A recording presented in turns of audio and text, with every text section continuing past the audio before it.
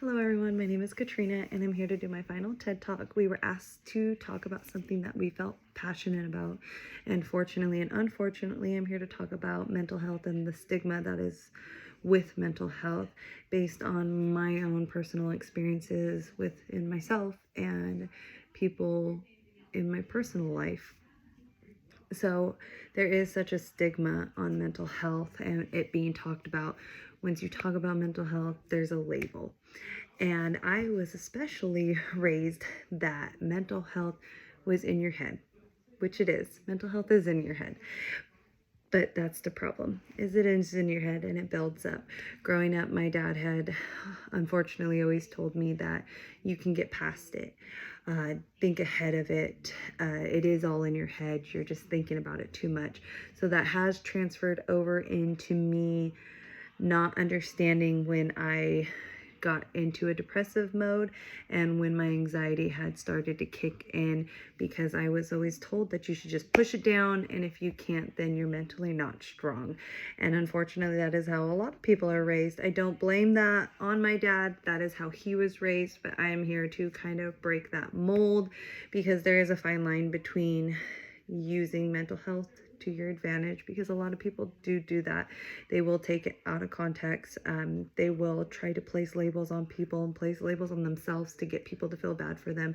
And that is the type of world we live in. But there are people that really do struggle, and that gives them a hard time to talk about it, especially men. And those are just the statistics. Men are more prone to start substance abuse because they do not talk about these situations and how they are feeling. Men are supposed to be strong, and that is the stigma that the world has towards men.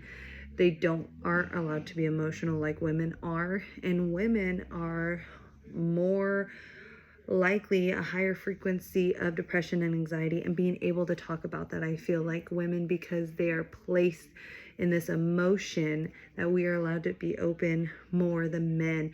And unfortunately that has led to suicide rates. Men actually die from suicide 3 to 5 times more than women. And I feel that is based on men not being able to talk about their feelings. I've had a situation where, unfortunately, a person I do know very close to me had gone through that and was not able to talk about their own problems.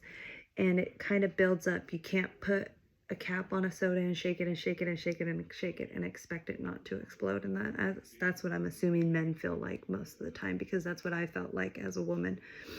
And this person decided to attempt something, and thank God they are still here with us today.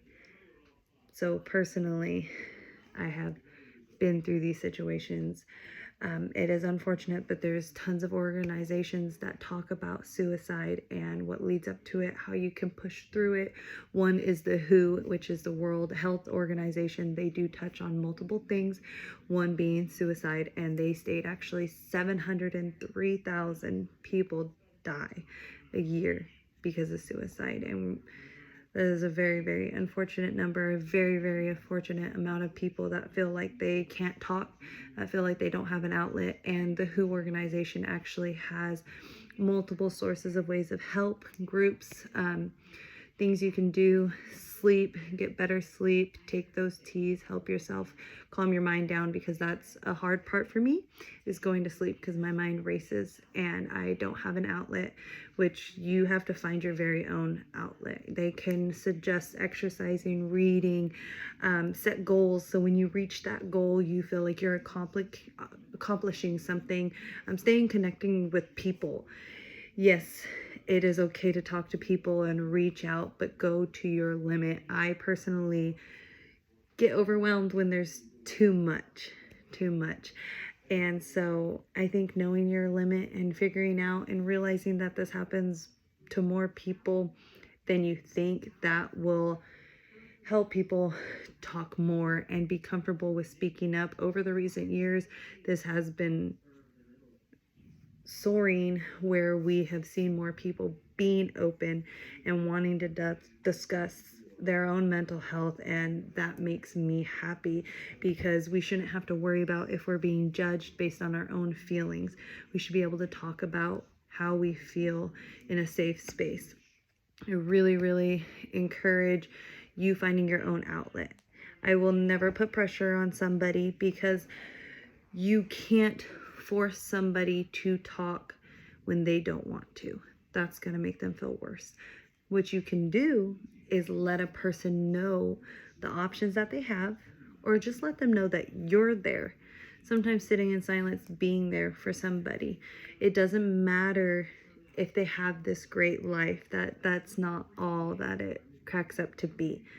What is small to you might be large to somebody else. What is large to you might be small to somebody else.